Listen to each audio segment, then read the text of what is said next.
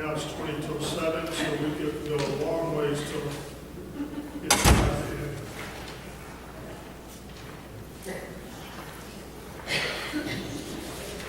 That's what time it is on the morning. Beautiful day, isn't it? We want to keep everybody in the wake of the hurricane in our prayers. Boy, I was mowing the grass on Friday and thinking how beautiful it was here and thinking about what others were going through. Jeannie has a real good longtime friend that lives in Waynesville, which is up towards Asheville area, so they were getting quite a bit of rain even there, and I thought about calling fishers. Does anybody talk to them on? Well, they marked themselves safe. You know, still probably a lot of rain. I tried to reach Dave Wood this past week to get an update on his situation. I couldn't get an answer there. Yes. Joel, it's good to have you with us.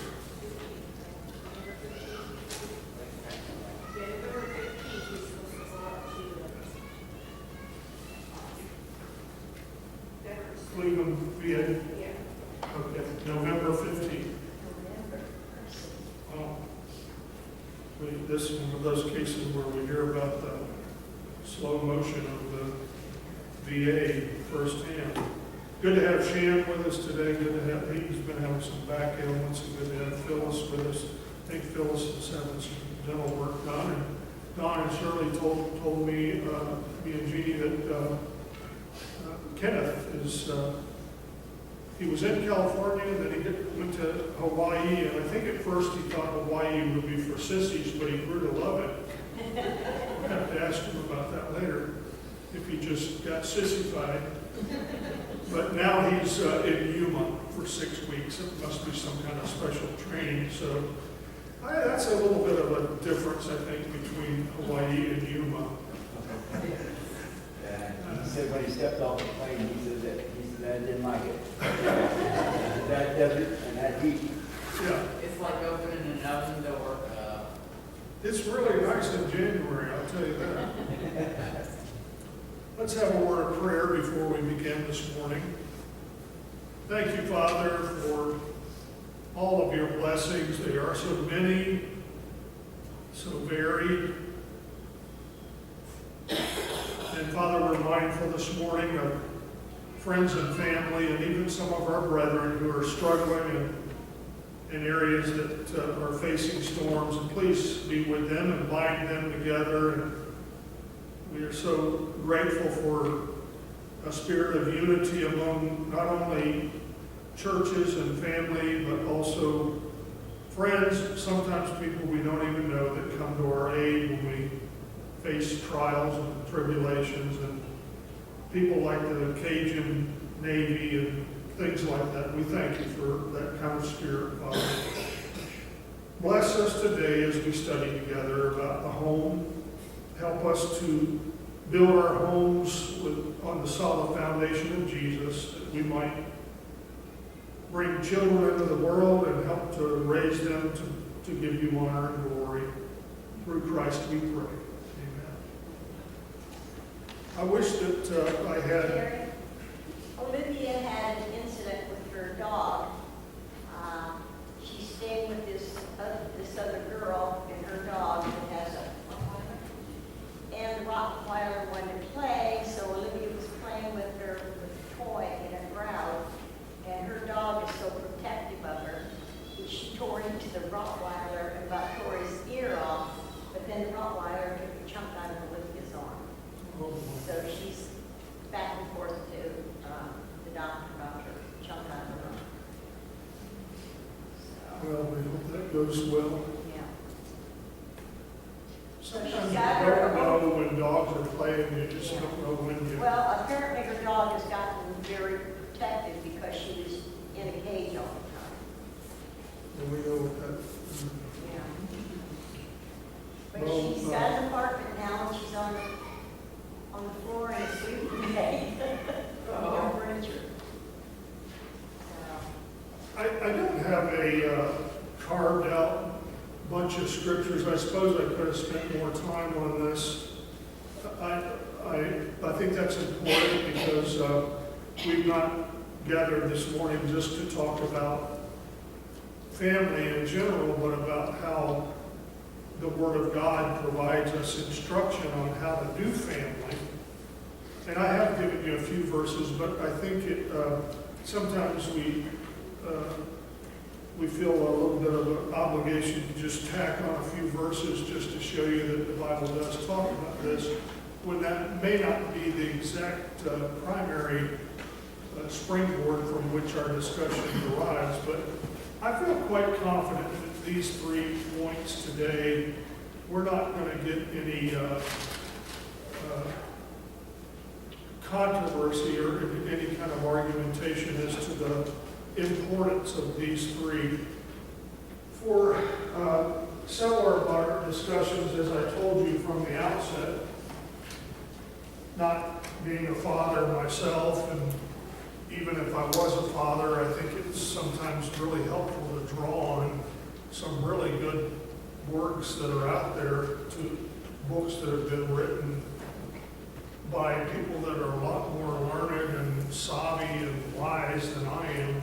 So in a lot of these discussions, I have kind of keyed one author and at least began the study by referencing what I think is a profound comment from that particular teacher, whether he's a preacher or professor or somebody like a Dr. James Dobson or whoever. But today I really haven't done that. I just decided midweek, I just sat at my desk and I said, this time I'm just gonna think from my own mind. I don't want to leave the impression that my own mind has come into existence by itself, because I have read from a lot of these guys throughout the years, and so a lot of what they have said is in my mind, and now I think it's mine. I think it's original with me, when really nothing is. We're all a product of things that have been poured into us either by our own parents or professors or whatever readings that we've done along the way. But just give me a little credit today. I'm not borrowing. I have not gone to a particular writer and said, oh, these 3 points are great, I'm going to share these from him. I just sat down and I said, if I was raising a family, or if I, as a child in a family, what are some things that I really think are really helpful to that whole process? And the first thing that came to my mind was this concept of enabling, and how that whole term, if somebody says you're an enabler, it has a totally negative connotation now, doesn't it? If I say, Roseanne, you're an enabler, it could be with Tom, or maybe your daughter or granddaughter, or even your in-laws or whatever. What are we basically meaning there? What the general idea is, you're just looking the other way when you need to be setting somebody else straight. Not in a harsh way or a mean-spirited way. A child needs correction, and you just let it slide. You know that's not right, but you just, maybe you're tired of the fight. Maybe there's no more fight in you, and you're just kind of, I'm cliched up today, you're rolling with the punches. You just, maybe you don't even want to battle anymore. So that's what we normally think of it as an enabler, but I wanted to, and as I sat at my desk, I thought, that's kind of sad that term has gotten a bad rap, because that's a good portion of parents is enabling their children to be successful in life. Or maybe, if you don't like the word successful, it sounds too worldly, how can we enable our children to be faithful to the Lord? Let's keep it with a biblical thing. Jean? In therapy, we use the term facilitate or facilitator. Okay. A facilitator. How can we facilitate the faithfulness of our children? How can we so begin to shape and nourish nurture and fertilize and cultivate, whatever word you want to use for it. Our children, and today, this probably applies to kids all through high school years as well, but I'm really thinking here still about youngins, about those that are younger. So as I sat at my desk, I started to think, well, how can we enable? And I thought the first thing that to me is really important is to give your child stability. Now, that comes in various forms and fashions. Let's start out this morning by asking, in the scripture I would use to back this up is the concept of being rooted and grounded in love. You know, how can we raise children that are so rooted that, yeah, the winds are going to come and the waves are going to crash in, but they're going to stand tall in the midst of it all. So how can we begin to give our children an environment that will give them stability themselves? How can we make our home a stable environment which nurtures that for their own future? Anybody, how would you define stability?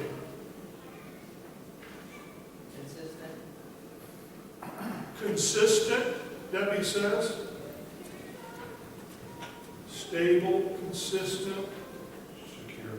Secure? Well, that's an interesting slant too there. That's kind of what I'm driving at. The consistency, I think, is a really good point. But we're talking on a positive nature. Consistently secure. That's a good combination. We're not just trying to give them consistent chaos. When they come home from school, they never know what to expect. It's always chaos. Well, at least we're consistent about that. That's not what we're after there. We're after giving them something that is steady and stable. They can expect it and rely upon it. And not only that, it's good. It's wholesome. It's shaping and bodybuilding in a good way. This is not a synonym, but I think of boundaries when I think of stability. Yeah, we talked some about boundaries in the past, and I really think that relates to this. But let's just stay on this stability. We'll come back to boundaries here in a little bit. We're going to talk about accountability. See, you might, surely you'll pick up on this. I've ended each of these words with the word ability. I mean, I didn't invent the words, but we're going to talk about stability. We're going to talk about accountability. And we're trying to give them the ability. You have to build a strong foundation for a child as they grow up. Say that again, Don. You have to help build a foundation for that child. Yes, that's so very vital. So that's what we're talking about when we say stable. But now, let's see. Stability is not just about externals. Some of you, I don't know if it's a blessing or a curse. I hope you think it's a curse. Dan Kennedy, how long have you lived in Miami? 1948. So, 7 years. so you and Donna, did you raise your kids in Miami? Okay. So, Tom, you only lived in one little town your whole life. Yes. Wouldn't have it any other way. Now that's stability. Jeannie, did you have that privilege? No. What's your story in a nutshell? How many different schools did you go to from kindergarten to high school? I don't know. 6 or 8. 6 or 8. 8. I don't know. Now, Tom, that would have probably drove you nuts. That, to you, Tom might look at that and say, that's not very stable. So what do you do when you're in that kind of situation. It's not that Jeannie's mom and dad had a huddle and said, let's really make this tough for this girl. Let's decide to move every couple of years and see how she does. That military families, they don't always control that, and they're on the move a whole lot. And sometimes by virtue of jobs, who else has moved around a good bit in here? Well, Chris and Charlie are still, I think they're still newlyweds. You're just about getting out of that category. I guess by the time the second child arrives, you're no longer newlyweds. But now, where have you lived so far in your marriage? Short, how many years have you been married? You just had an anniversary. Well, we've been married 6 years, and the first 3.5 years we lived in 4 different states, and then a couple different cities in some of those states. So. All right, now they have finally taken up roots and they don't plan to move anymore. They're going to give Nowhere far, at least. give some stability to all that messing around early on. Well, sometimes it can be wonderful. You see you make new friends. You see a whole different perspective on approaches to things from different communities and different areas of our country. Or, I mean, again, think about the Brazils this year on a pilgrimage throughout, I don't know if you'd call it Europe or Asia or the world. I mean, most of us would think about that for a little bit and say, oh, that sounds like fun. And the more we think about it, we'd say, that sounds insane.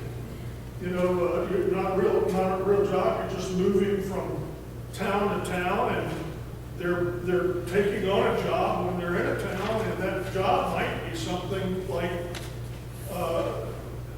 taking care of 3 dogs in a semi-mansion, you know, while their owners are out of town for 2 weeks. And somehow they found, I'd like to find out how they found this out. Somehow they have arranged, they know somebody that's looking for someone trustworthy to come in and take care of things while they're gone. So Russ will say, hey, we'll do that. And the people say, oh man, come on in, the house is yours while you're here. And then when that assignment's over, they move on to some other place. I don't know, I'm not, are you able to track them on Facebook like with a map?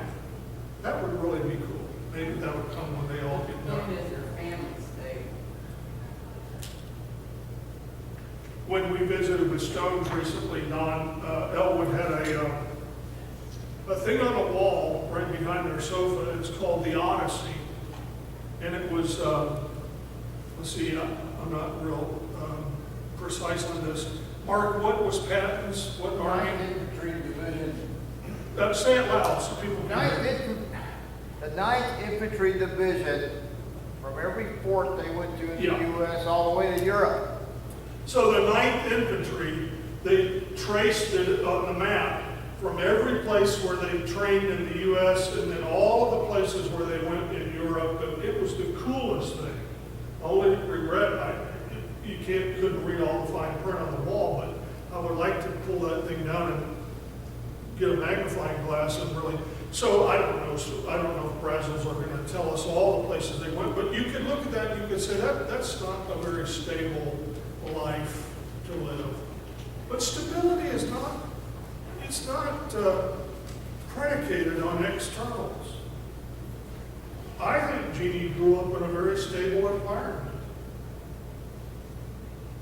She never wondered if her mom and dad loved her. She never wondered if her mom and dad loved each other. She never wondered if Christians loved her. Wherever she went, now she might have been sorely disappointed with all the moves. So I think what I'm trying to say is that the externals can sometimes make us think that that's not very stable, but we can make do with that. We can deal with all of those problems that come our way if we're really focused on the things that matter. And that's the really hard challenge. Comments or questions on this?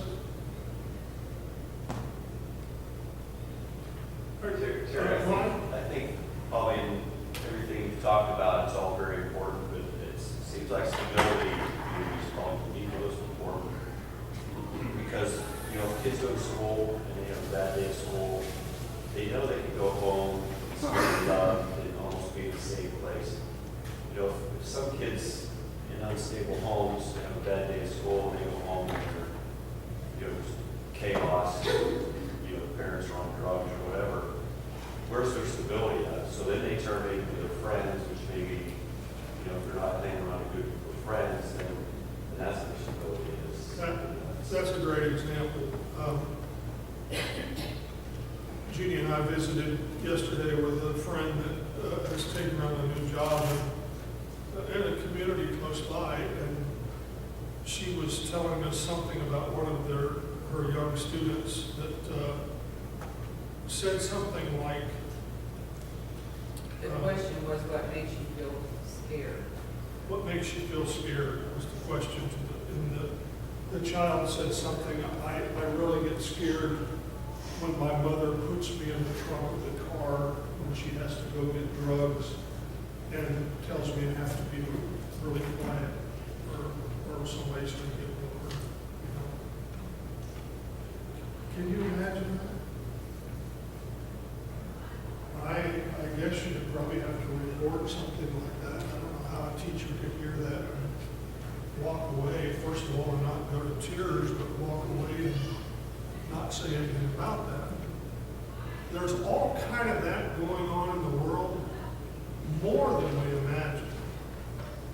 Jeannie is working with kids in the South Range school system, and South Range is, I don't know how you describe it, it's almost out of touch with reality in some ways.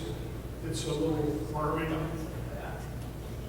farming community, and it's almost like a little Stepford school, but then it's not.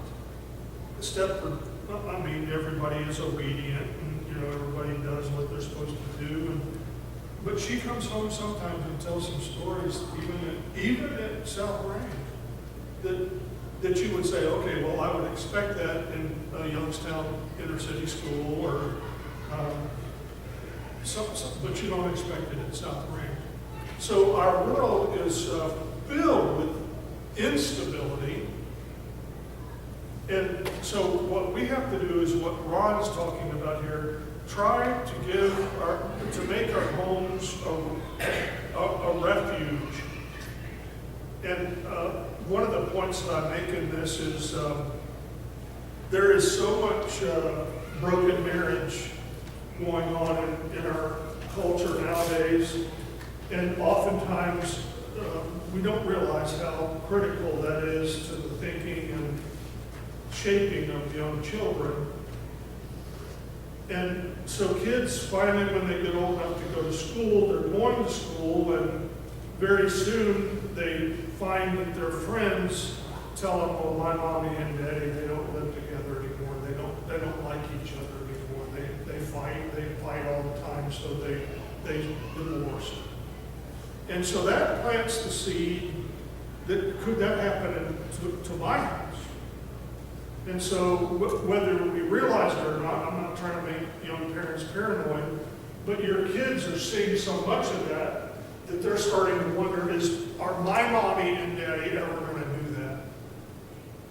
So one of the first and fundamental things in a family unit, I think, is for mom and dad to somehow put that to rest, and it may take repeated efforts, ongoing, non-stop efforts, to reassure your children, look, mommy and daddy, and you just don't say it. It doesn't work to just sit down with Nicholas and Lucas and say, we just want y'all to know that mommy and daddy, when we got married, we committed our life to each other, and we're going to stay together for all of our days. That's one thing to say it, but it really needs to be backed up with what greater way to reassure your kids on that, to really let your kids know that you love each other, that you really love each other. And sometimes that might even be spelled out with the detail of, you're staying at grandma's tonight because mommy and daddy want to go out and have a night to ourselves because we really like to be together, just the two of us. And it's not saying to the kids you don't matter, it's saying to the kids, mommy and daddy really love each other, and we want to build our own friendship and relationship. And the kids, you don't have to spell out all the details to them. There's something about that they might not like it. They might, I can't imagine, let's stay with Nick and Haley, that the kids are going to cry out, I want to stay with Grandpa. Maybe sometime they might say that. But they may not like it, but deep down inside, that's building something because it's telling your children, mommy and daddy really, and that'll pay dividends in the long run. All right, questions or comments on that, Nicholas? I got a great point with that. I've got I don't want to say who it was, but I've got a friend who was over the other day, and how he started talking about it, where he was like, I don't tell my wife I love her and that kind of stuff. And they seem to have a good relationship, good family and that kind of stuff. But he's just not vocal we about didn't it. say that kind of stuff. But then he was like, he called for 1 second and I was like, oh, hey babe, I love it. And he said, you guys are fun. Hey babe, you gotta stop doing that. Years ago, he's only my age. We graduated the same age, or graduated together. And then he said, I love you at the end. And he's like, I probably should, but he's like, I don't do that or whatever. And my dad was saying to him, without me, he was like, well, you need to. Like, there was no joking around about it or no. And that was a good example for him. And Dad talked to him about it, and he responded well to him. But it was also a good example for me that's like, no, that's not an option. If you want to be married, you have to do that. And Dad, talking about the 5 love languages book and all that kind of stuff. And that's stability still from him for us that even goes for a friend. Yeah, and I don't know where we came up with our thinking years ago, but it seemed like the role model for men used to be that kind of, that's kind of sissy talk. You get out and clear the land and, work the farm and all that, and you leave all the lovey-dovey stuff to the women. I'm not even sure it was left to the women back then. I don't know if they had a lot of time for that lovey-dovey stuff. But now, dads are evolving, aren't they? Not only are dads evolving, but so are husbands. And years ago, you would have not seen a daddy go into the bathroom to change the diapers for the little ones. Did you ever do that when you were a young dad, Shan? I'm not talking about at home. Well, we didn't even have diaper changing stations back then. We didn't even change them at home. How would you guys have liked to live in the pre-disposable diaper age? You probably can't even figure out how that works. So there's a lot of things that dads say and do today for their children that is just wonderful, but you wouldn't have seen it years ago. And likewise for trying to be good husbands. Any other comment here? Sherry and then Linda, and how are we doing? We're just 5 minutes. Was that what you were telling me? So you didn't have a comment? Just thank you. Just Linda? the flip side of the dropping the kids off, though, if you want to be a stable parent, make sure you come home and get them. Some parents drop them off, their parents or whatever, for a little bit of time, and they don't go back home for their kids. So that dropping off and getting them in a short period of time reassures the child too. Yeah, that's I guess in everything there's abuses that way. I think if a grandparent, if somebody dropped them off for 30 days, that you might be considered an enabler to put up with that. But sometimes, and Linda's bringing up a point that really happens in parts of our culture that maybe is foreign to most of us. There's just a lot of abdication of parenthood in general. And bad habits sometimes make you unqualified, at least for the time being, to be a parent. And so bad things happen. Roseanne? I had lunch with my girlfriend the other day, and she was telling us about her son. His wife left, and now they have shared custody of the kids, but they were down there at her son's house, and she says, like, every 10 minutes, the little girl was up in her bedroom playing. She said, every 10 minutes, she called her down, Daddy, where are you? Daddy, where are you? Like, now she's worried that he's gonna leave too. So that does make for unstable, even though he's not gonna leave, you know, he's there for her, she doesn't realize that. Good comment. Who else had their hand up? Anybody? One Shannon? different swing on this thing, I was in 6 different homes in a year. You were in 6 different homes in a year? Yeah. And over a 3-year period, there never was one. You mean you just lived with family or something? Yeah. Was that, Shannon, in the face of a calamity or Of course. the passing of your mom or something like that? Yeah. Yeah. So, I had no stability there, period. But yet I still didn't turn out to be a druggie or a drinkie or whatever you want to call it. Well, and we're not talking about now, there's always exceptions to the case where somebody has been brought up in a terrible environment, but they somehow go beyond all of that and just excel in life. Just a grit and determination. A lot of times you see that in sports. Sports becomes the way out or a way to success for some children that are raised in poverty and bad situations. They make the best of it, and then somehow they end up doing really well in many aspects of life. Trudy?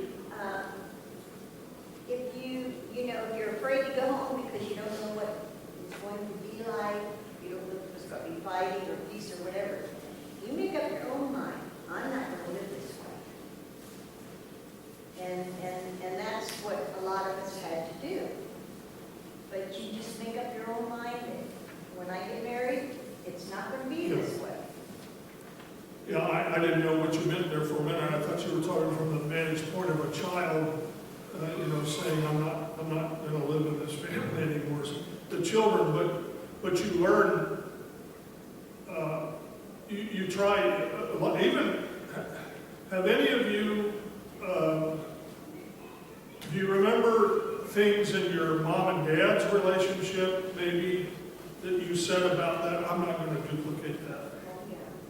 Sometimes you end up doing it, but at least you recognize that's not a good quality. And when I grow up and get married, I'm not going to do that. Or when I grow up and be a dad or a mom, I'm not going to treat the kids the way. And you're not necessarily bitter about it. You're just learning from it. So there is that aspect that Shannon and Trudy both are talking about here, where you see negatives. They're not always healthy, but you learn from them. You make the best of them. And you have to talk it out before.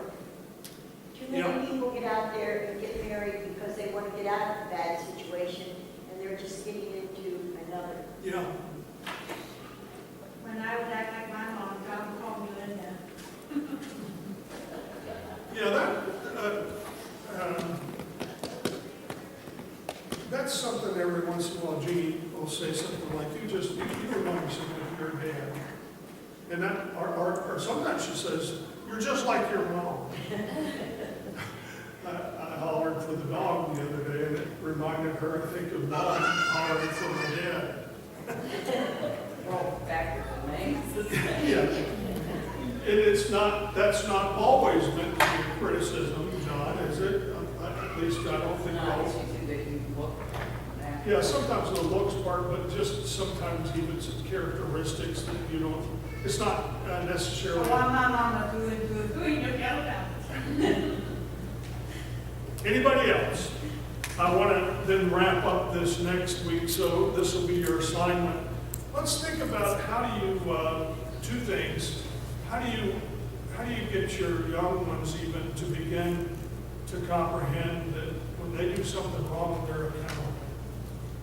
Accountability is a big word to communicate to a child, but some of you are learning that you have to do that.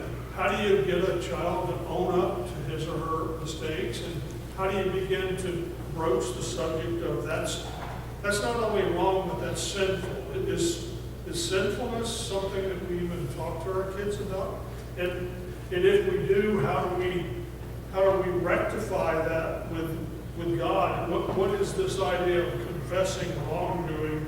I know these are big terms that are adult concepts, but we can't wait. You know, you don't have a child in your house for 19 years, and then when they get to go away to college, you say, oh, by the way, we never brought this up, but we probably need to talk about sinfulness and confession and stuff like that. That's got to be sprinkled in early on, doesn't it? You can't wait till it's too late to begin. So we want to talk about accountability. And, you know, you can show me that slash in a nice way. You don't have to be mean about it. Keith? He just went.